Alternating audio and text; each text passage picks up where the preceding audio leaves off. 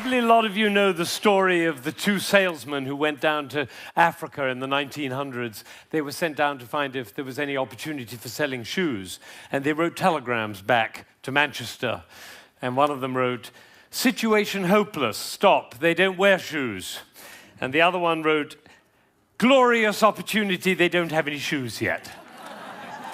Now, there's a similar situation in the classical music world, because there are some people who think that classical music is dying. And there are some of us who think you ain't seen nothing yet. And rather than go into statistics and trends and tell you about all the orchestras that are closing and the record companies that are folding, I thought we should do an experiment tonight. An experiment. Actually, it's not really an experiment because I know the outcome. But it's like an experiment. Now, before we start, I need to do two things. One is I want to remind you of what a 7-year-old child sounds like when he plays the piano. Maybe you have this child at home. He sounds something like this.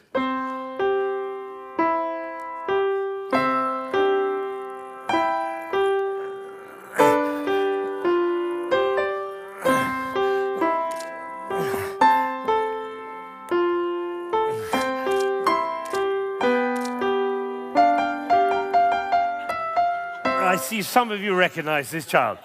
Now, if he practices for a year and takes lessons, he's now 8 and he sounds like this. And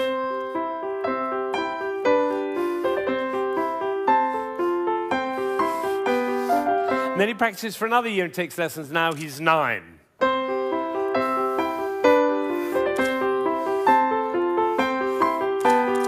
And then he practices for another year and takes lessons, now he's 10.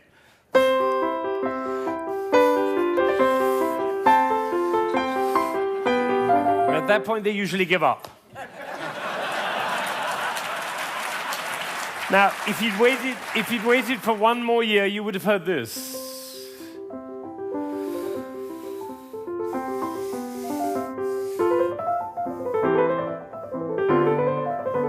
Now, what happened was not maybe what you thought, which was he suddenly became passionate, engaged, involved, got a new teacher, he hit puberty, or whatever it is. What actually happened was the impulses were reduced. You see, the first time he was playing with an impulse on every note. And the second, with an impulse every other note. You can see it by looking at my head. The 9-year-old put an impulse on every 4 notes. And the 10-year-old on every 8 notes. And the 11-year-old, one impulse on the whole phrase. I don't know how I got into this position. I didn't say I'm going to move my shoulder over, move my body. No, the music pushed me over, which is why I call it one buttock playing. Can be the other buttock. You know, a gentleman was once watching a presentation I was doing, and I was working with a young pianist. He was the president of a corporation in Ohio. And I was working with this young pianist, and I said, "The trouble with you is you're a 2-buttock player. You should be a 1-buttock player." And I moved his body like that while he was playing. Suddenly the music took off. Took flight. There was a gasp in the audience when they heard the difference. And then I got a letter from this gentleman. He said, "I was so moved, I went back and I transformed my entire company into a 1-buttock company." Now, the other thing I want to do is to tell you about you. There are 1,600 people, I believe. My estimation is that probably 45 of you are absolutely passionate about classical music. You adore classical music. Your FM is always on that classical dial, and you have CDs in your car, and you go to the symphony, and your children are playing instruments. You can't imagine your life without classical music. That's the first group. It's quite a small group. Then there's another group, bigger group. These are the people who don't mind classical music. You know, you come home from a long day and you take a glass of wine and you put your feet up, a little Vivaldi in the background doesn't do any harm. Right? That's the second group. Now comes the third group. These are the people who never listen to classical music. It's just simply not part of your life. You might hear it like secondhand smoke at the airport, but and maybe a little bit of a march from Aida when you come into the hall, but otherwise you never hear it. That's probably the largest group of all. And then there's a very small group. These are the people who think they're tone deaf. Amazing number of people think they're tone deaf. Actually, I hear a lot, my husband is tone deaf. Actually, you cannot be tone deaf. Nobody is tone deaf. If you were tone deaf, you couldn't change the gears on your car in a stick-shift car. You couldn't tell the difference between somebody from Texas and somebody from Rome. And the telephone. If your mother calls on their miserable telephone, she calls and says hello. You not only know who it is, you know what mood she's in. Right? You have a fantastic ear. Everybody has a fantastic ear. So nobody is tone deaf. But I tell you what, it doesn't work for me to go on with this thing with such a wide gulf between those who understand, love, and passionate about classical music and those who have no relationship to it at all. The tone-deaf people, they're no longer here. But even between those three categories, it's too wide a gulf. So I'm not going to go on until every single person in this room, downstairs and in Aspen, and everybody else looking, will come to love and understand classical music. So that's what we're going to do. Now, you notice that there is not the slightest doubt in my mind that this is going to work, if you look at my face, right? It's one of the characteristics of a leader that he not doubt for one moment the capacity of the people he's leading to realize whatever he's dreaming. Imagine if Martin Luther King had said, "I have a dream." Of course, I'm not sure they'll be up to it. All right, so I'm going to take a piece of Chopin. This is a beautiful prelude by Chopin. Some of you will know it.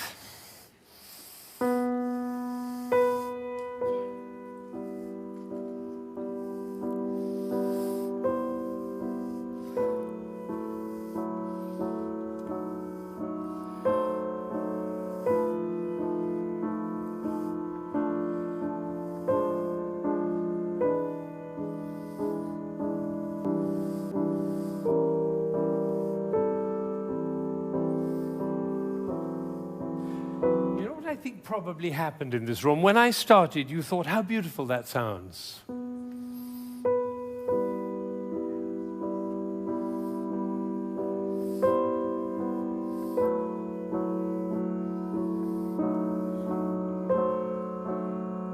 I don't think we should go to the same place for our summer holidays next year. It's funny, isn't it? It's funny how those thoughts kind of waft into your head when listening to classical music. And of course, if the piece is long and you've had a long day, you might actually drift off. And then your companion will dig you in the ribs and say, "Wake up, it's culture!" And then you feel even worse. But has it ever occurred to you that the reason you feel sleepy in classical music is not because of you, but because of us? Did anybody think while I was playing, why is he using so many impulses? If I'd done this with my head, you certainly would have thought it.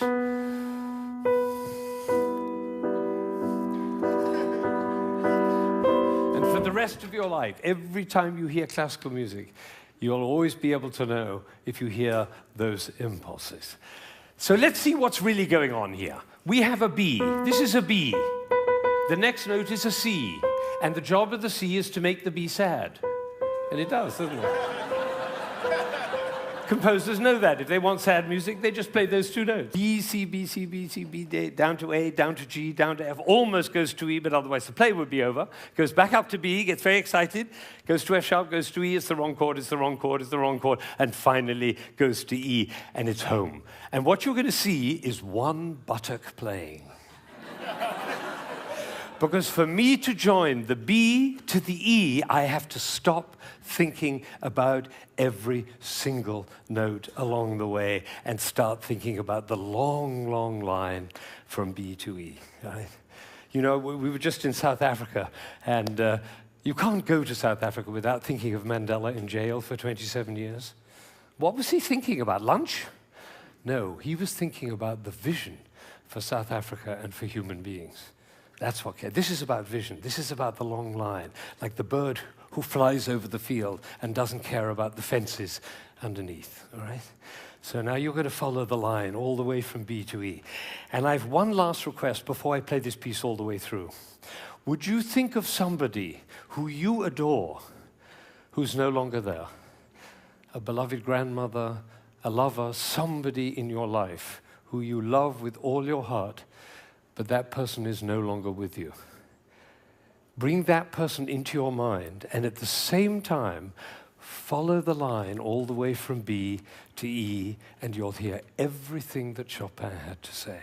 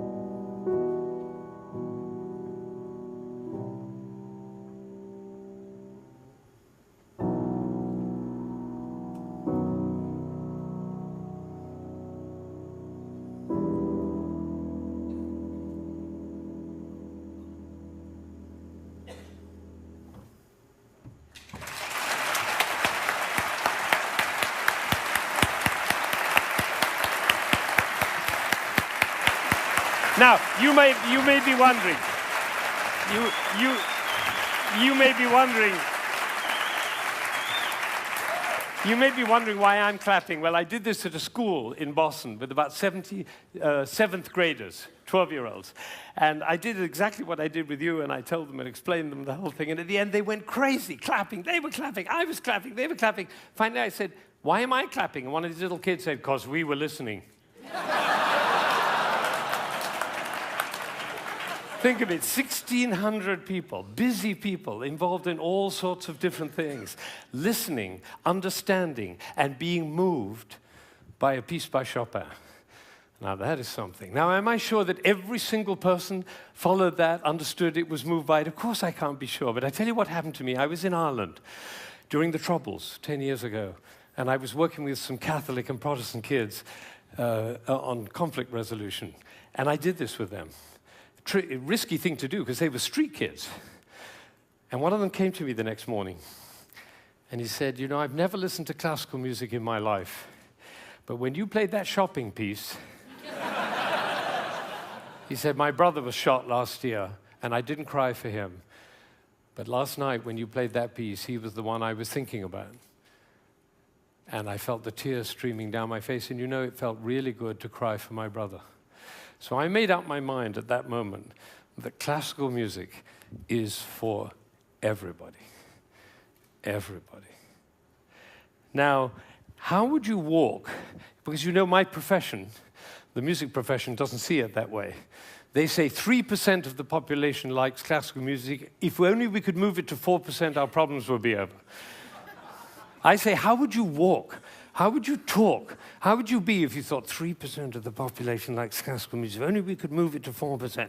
How would you walk? How would you talk? How would you be if you thought everybody loves classical music? They just haven't found out about it yet. See, these are totally different worlds.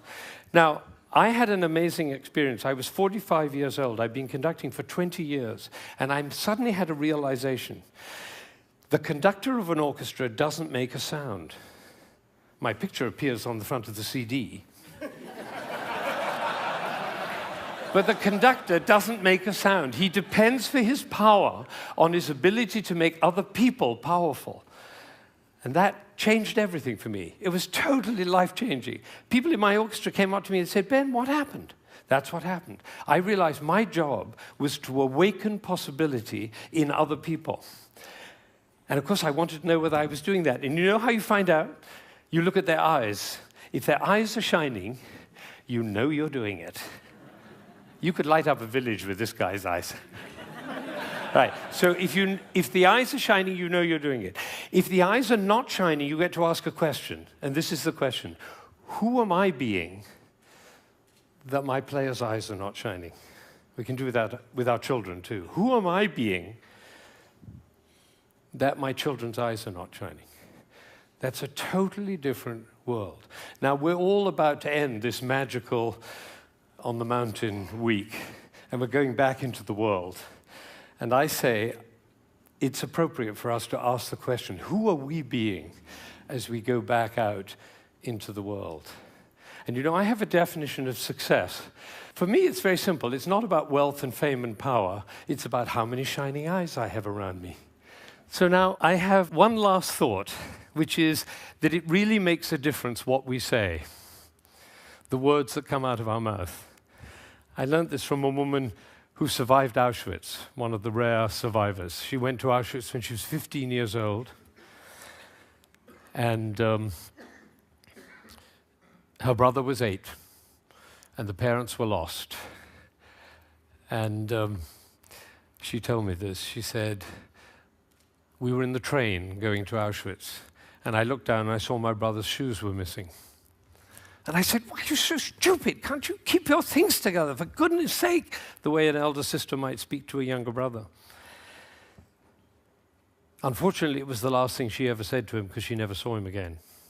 He did not survive. And so when she came out of Auschwitz, she made a vow. She told me this. She said, I walked out of Auschwitz into life, and I made a vow, and the vow was, I will never say anything that couldn't stand as the last thing I ever say. Now, can we do that? No, and we'll make ourselves wrong and others wrong. But it is a possibility to live into. Thank you.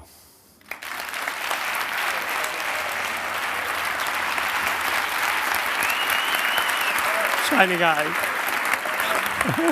Shining eyes.